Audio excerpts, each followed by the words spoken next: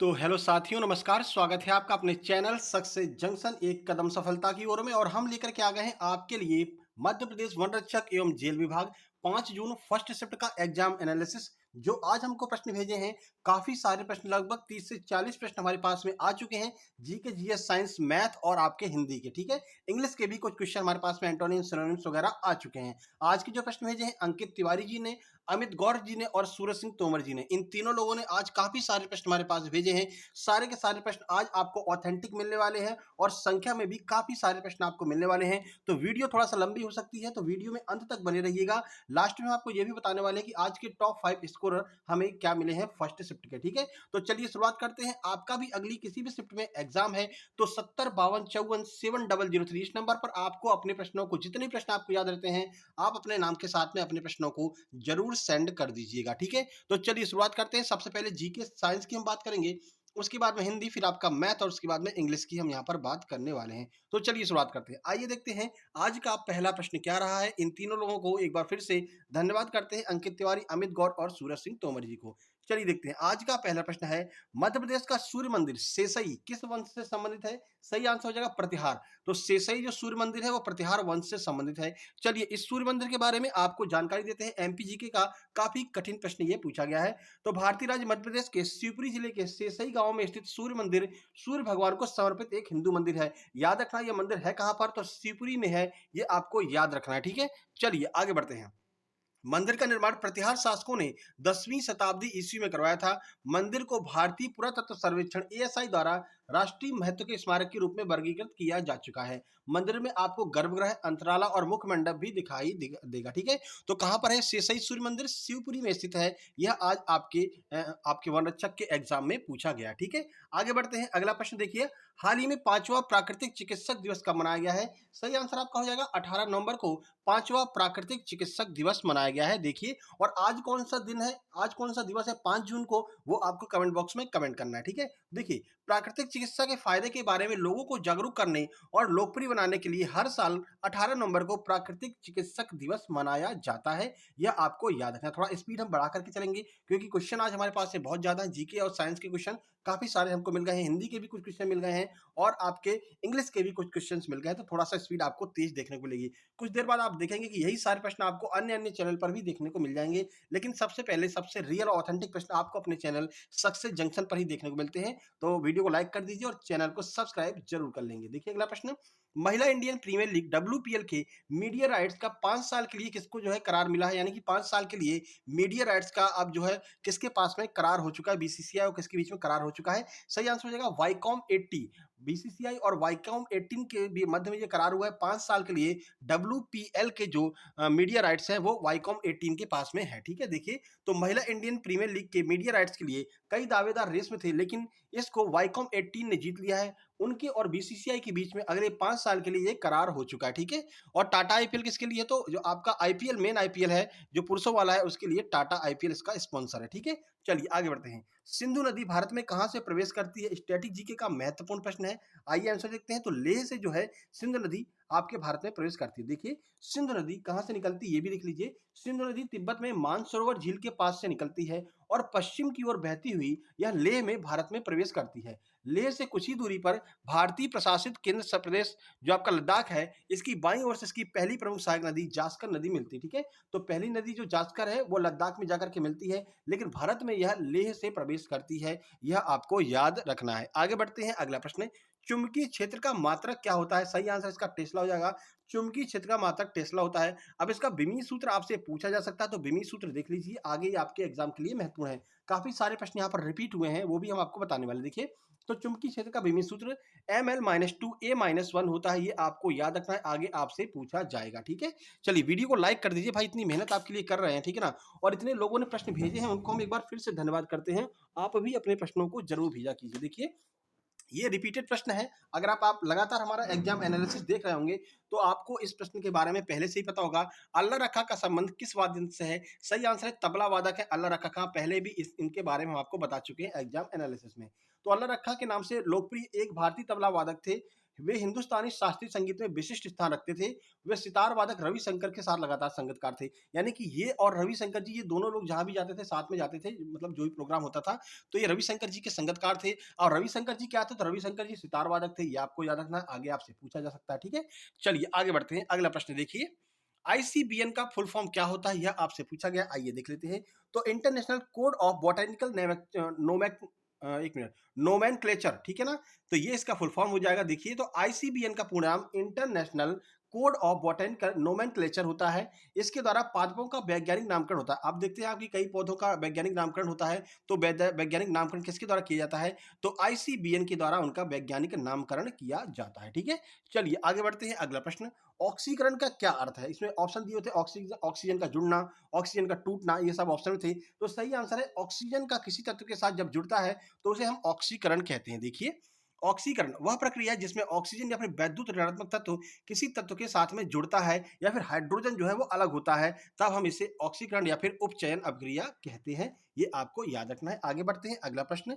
मृणालिनी साराभाई, ये भी आपका रिपीटेड प्रश्न है। पहले आपने अगर एग्जाम एनालिसिस देखा होगा, देखिए एक वीडियो हमने बनाई है जो 25 तारीख से अब तक प्रश्न पूछे गए हैं, ठीक है ना? सर्च कर लेना। 25 जो आपका मई से एग्जाम स्टार्ट हुआ है, 25 मई MP forest all shift exam analysis by success junction. तो वहां पर आपको ये जितने प्रश्न रिपीट हो रहे हैं ना, ये सारे प्रश्न एक साथ में देखने को मिल जाएंगे। वैसे इस वीडियो के अंत में हम आपको यहाँ पर वो वीडियो देखने को मिल जाएगी। जैसे ये वीडियो खत्म होगी ना, यहीं पर आपको वो वीडियो मिल जाएगी, उस पर क्लिक करके जरूर देख लीजिए। वो वीडियो जो लोग भी देख कर गए होंगे, ये दोनों प्रश्नों को आराम से उन्होंने अटेम्प्ट कर लिया होगा, आराम से सॉल्व कर लिया होगा। ये सारे रिपीटेड प्रश्न हैं और सभी रिपीटेड प्रश्नों को हमने उस एक वीडियो में कंपाइल कर दिया, ठीक है? तो देख लेना। चलिए, मृणालिनी साराभाई का संबंध मुख्य रूप से भरतनाट्यम से है, लेकिन ये भरतनाट्यम के साथ-साथ में कुचिपुड़ी नृत्य भी करती हैं, ठीक है? इसके बारे में पहले भी हमने आपको बताया था। तो मृणालिनी साराभाई एक भारतीय शास्त्रीय नर्तक हैं। सबसे ज़्यादा पहचाने जाने वाले चेहरों में से एक थीं। वह भरतनाट्यम और कथकली और कुचिपुड़ी, ये तीनों नृत्य करती हैं, लेकिन भरतनाट्यम के लिए सबसे ज़्यादा प्रसिद्ध हैं, ठीक है? और साथ ही साथ वह नृत्य निर्देशक और नृत्य प्रशिक्षिका भी रही हैं, ठीक है? ये मेंटर भी रही हैं नृत्य से संबंधित। तो आपको याद रखना है, भरतनाट्यम अगर ऑप्शन में है तो सबसे पहले आप भरतनाट्यम लगाएँगे। भरतनाट्यम नहीं है तो कथकली और कुचिपुड़ी भी आप लगा सकते हैं। मुख्य रूप से ये भरतनाट्यम ही करती हैं, ठीक है? चलिए, गार्गी, मैत्री और कपिला का घर कहाँ पर था? काफ़ी डीप प्रश्न आपका हिस्ट्री से पूछा है। सही आंसर मिथिला हो जाएगा। मिथिला ऑप्शन में भी दिया हुआ था।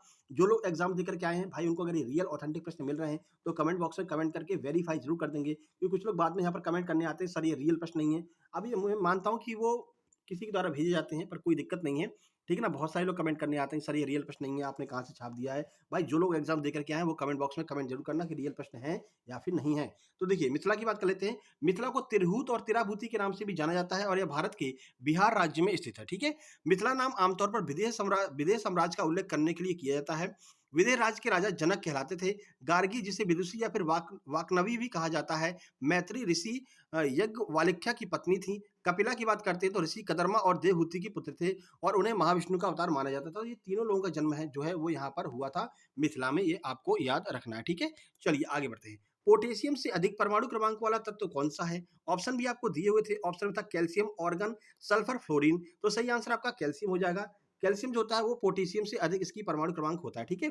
तो चलिए देख लेते हैं कि पोटेशियम से अधिक परमाणु क्रमांक आपका कैल्शियम हो गया है। इन चारों के परमाणु क्रमांक देख लीजिए क्योंकि आगे एग्जाम में आपसे पूछे जाएंगे। तो पोटेशियम की बात करते हैं तो पोटेशियम की द्रव्यमान संख्या 39 है तथा परमाणु क्रमांक 19 होता है, ठीक है? कैल्शियम की बात करें तो कैल्शियम का परमाणु क्रमांक 20 होता है जो इससे ज्यादा है। उसके बाद ऑर्गन की बात करते हैं, ऑर्गन का 18 होता है, सल्फर का 16 होता है और फ्लोरीन का 9 होता है। ये सारे आपको हमने बता दिए, ये आगे एग्जाम में आपसे पूछे जाएंगे, तो अच्छे से आपको इसको पढ़ करके और याद करके जाना है, ठीक है? चलिए भाई अगला प्रश्न देखिए। मुंबई, कोलकाता और मद्रास हाईकोर्ट की स्थापना कब की गई थी? सही आंसर हो जाएगा 1862 में। देखिए, मई 1862 में कलकत्ता उच्च न्यायालय के चार्टर का आदेश दिया गया था और जून 1862 में मद्रास और बॉम्बे के चार्टर का आदेश दिया गया था। इस प्रकार कलकत्ता उच्च न्यायालय जो को देश का पहला उच्च न्यायालय बनाया गया था। तीनों की स्थापना 1862 में हुई थी। 1862 आपके ऑप्शन में भी था, तो यही आपका आंसर हो जाएगा, ठीक है? चलिए आगे बढ़ते हैं, अगला प्रश्न देखिए।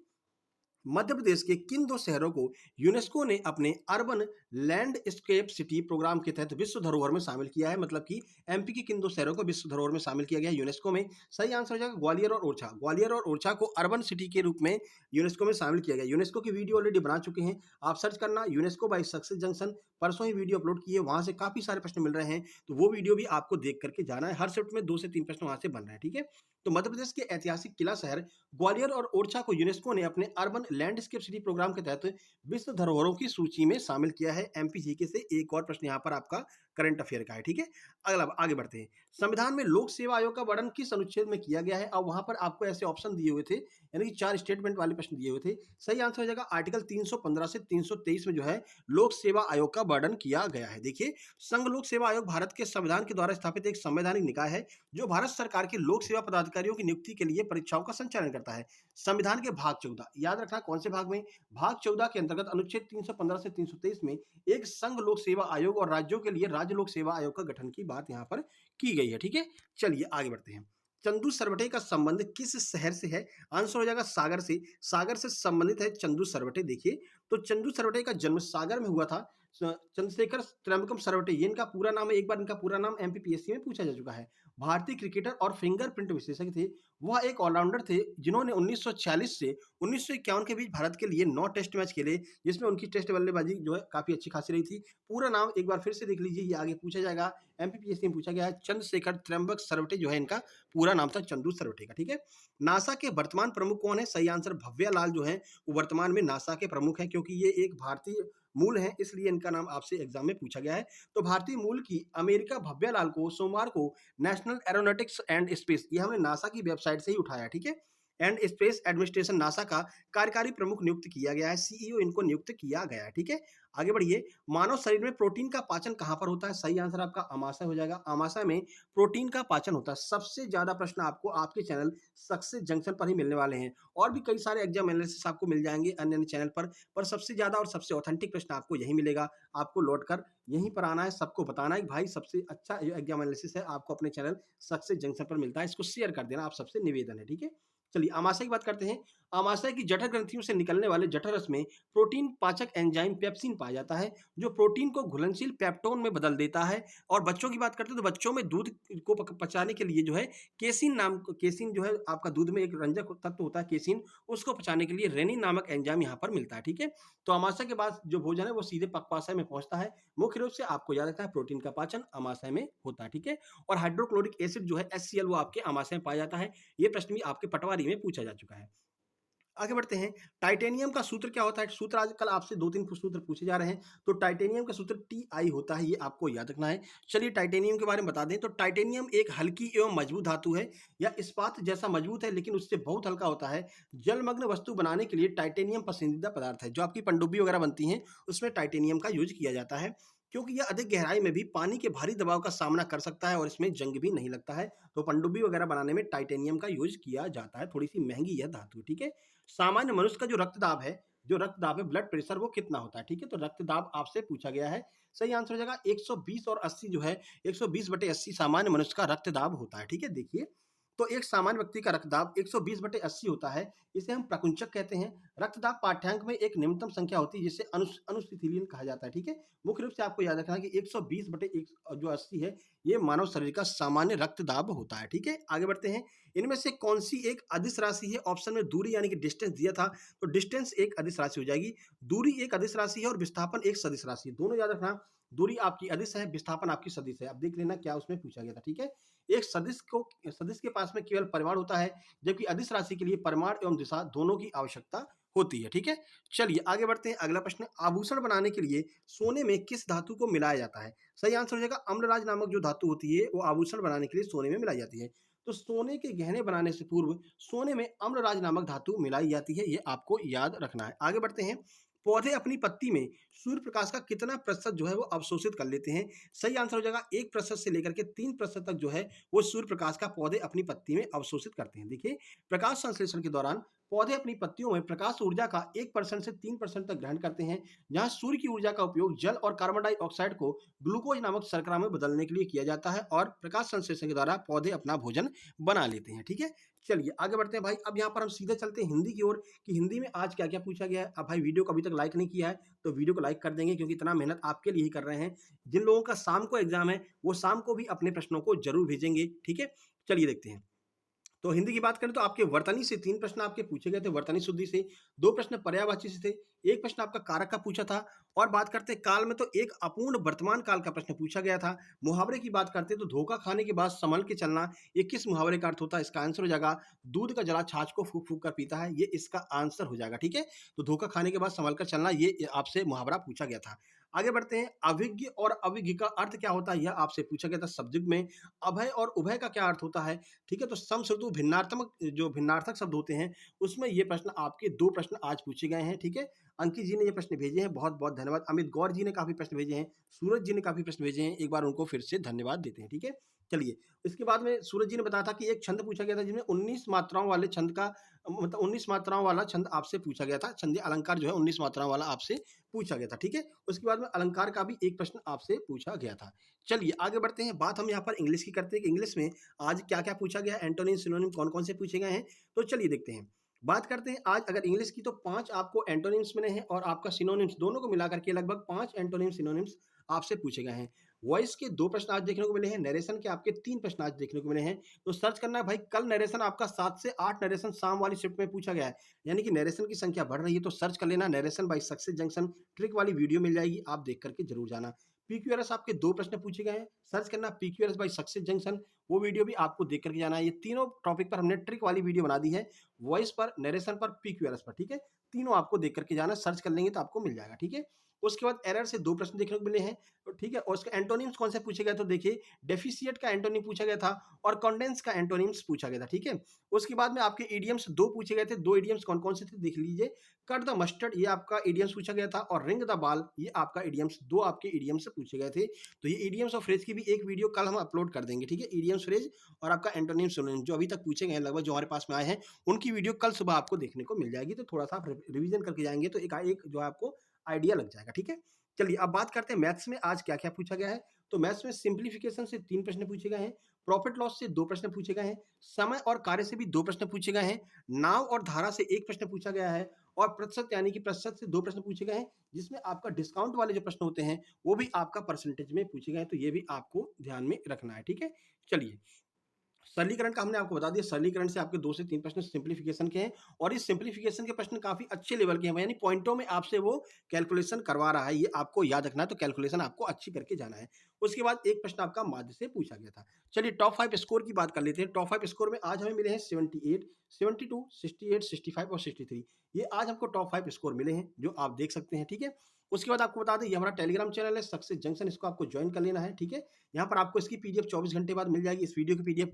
इसके अलावा ये हमारा दूसरा टेलीग्राम चैनल है सक्सेस जंक्शन लाइव, यहाँ पर ये आपका फ्री स्टडी मटेरियल के लिए टेलीग्राम चैनल है। यहाँ पर आपको बहुत सारी स्टडी मटेरियल फ्री मिल जाता है, जैसे कि अभी एसएससी रैंक 1 का जो है नोट्स, हिस्ट्री, पॉलिटी, ज्योग्राफी और साइंस के नोट्स हमने कल शाम को यहाँ पर अपलोड कर दिए हैं, आप फ्री में जाकर के डाउनलोड कर सकते हैं। लेकिन यह सुविधा केवल केवल सक्सेस जंक्शन के सब्सक्राइबर्स के लिए ही मौजूद है। तो पहले आपको चैनल पर यहाँ पर सब्सक्राइब करना है। सब्सक्राइब करने के बाद में जब आप इसको सर्च करेंगे तो अभी ये आपको दिखेगा। सर्च करने के बाद में आपको इसको ज्वाइन कर लेना है। ठीक है ना, ज्वाइन करके यहाँ से आप बहुत सारी जो आपके राकेश यादव सर की जो नोट्स हैं, आपके क्लास नोट्स, वो यहाँ पर आपको फ्री मिल जाएंगे।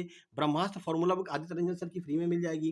किरण की काफ़ी सारी किताबें आपको यहाँ पर फ्री में मिल जाएंगी। ठीक है ना, तो बहुत सारी चीज़ें आपको यहाँ पर फ्री में मिल जाएंगी, तो आप इसको डाउनलोड करके आराम से फ्री में तैयारी कर सकते हैं। कोई नई किताब आपकी अगर एमपी की भी आती है तो वो भी हम यहाँ पर अपलोड कर देंगे। ठीक है ना, चलिए भाई, इतना आपके लिए कर दिया। अब आपको वीडियो को लाइक कर देना है, शेयर कर देना है दोस्तों के पास में, और चैनल को सब्सक्राइब करके नोटिफिकेशन बेल जरूर दबा लेना है। आज शाम का एग्जाम एनालिसिस, सूरज जी का आज एग्जाम है, तो आज शाम को सूरज जी भी काफ़ी सारे प्रश्न भेजने वाले हैं। और भी किसी का एग्जाम हो, कमेंट बॉक्स में कमेंट कर सकते हैं शाम को, और किसका एग्जाम है आप लोग भी अपने प्रश्नों को इस नंबर पर जरूर से जरूर भेजेंगे। ठीक है, आज का एग्जाम एनालिसिस कैसा लगा, कुछ देर बाद यही प्रश्न आपको अन्य चैनल पर भी देखने को मिल जाएंगे। ठीक है ना, तो चलिए एक बार फिर से अंकित तिवारी, अमित गौर और सूरज सिंह का बहुत बहुत धन्यवाद। चलिए इस वीडियो को समाप्त करते हैं यहीं पर। अगले शिफ्ट का एग्जाम एनालिसिस सबसे पहले हम लेकर के आएंगे, तो सब्सक्राइब करके नोटिफिकेशन बेल जरूर दबा लेना है। जल्दी मिलते हैं एक नई वीडियो में, तब तक के लिए नमस्कार, धन्यवाद।